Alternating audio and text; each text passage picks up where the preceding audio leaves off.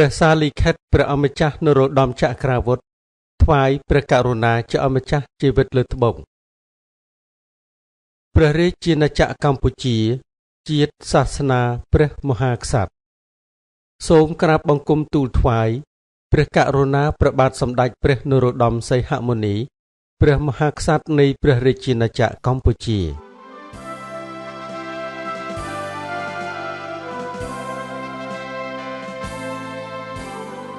ព្រះករុណាជាអម្ចាស់ជីវិតលើត្បូងជាទីគោរពសក្ការៈដ៏ខ្ពង់ខ្ពស់បំផុតក្នុងឱកាសដ៏មហាអ្នកខត្តឫក្សថ្លៃថ្លានៃព្រះរាជពិធីបុណ្យចម្រើនព្រះជន្មព្រះករុណាជាអម្ចាស់ជីវិតលើត្បូងជាទីគោរពសក្ការៈដ៏ខ្ពង់ខ្ពស់បំផុតគម្រប់72ព្រះវស្សាយាងចូល73ព្រះវស្សាដែលនឹងប្រព្រឹត្តទៅនៅថ្ងៃទី14ខែឧសភាឆ្នាំ2025ខាងមុខនេះទូលព្រះបង្គំមានកិត្តិយសដ៏ខ្ពង់ខ្ពស់បំផុត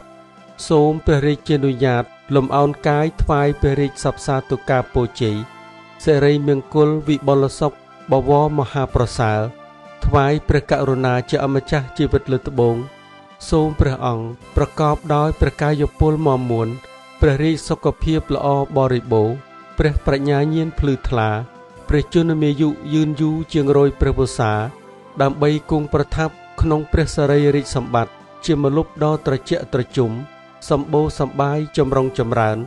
និងសុខដុមរមនាដល់ប្រជានុរាស្ត្រខ្មែរតរៀងទៅឆ្លៀតក្នុងឱកាសដ៏សែនរីករាយនេះទូលព្រះបង្គំសូមលើកហាត់ប្រណម្យបួងសួងដល់គុណបុណ្យព្រះរតនត្រ័យ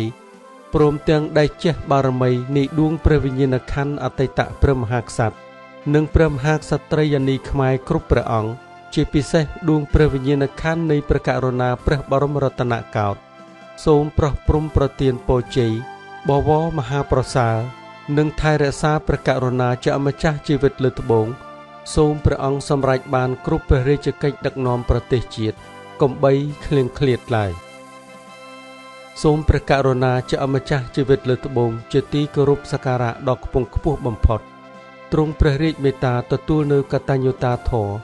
និងភក្តីភាពដ៏ស្មោះស្ម័គ្របំផុតអំពីទូលព្រះបង្គំថ្ងៃសុក្រ13កើតខែពិសាខឆ្នាំអាសាញ់សព្វស័កពុទ្ធសករាជ2568ក្រាបបង្គំទូលថ្វាយនៅថ្ងៃទី9ខែឧសភាឆ្នាំ2025ទូលព្រះបង្គំព្រះហស្ថលេខាព្រះអម្ចាស់នរោត្តមចក្រាវុធ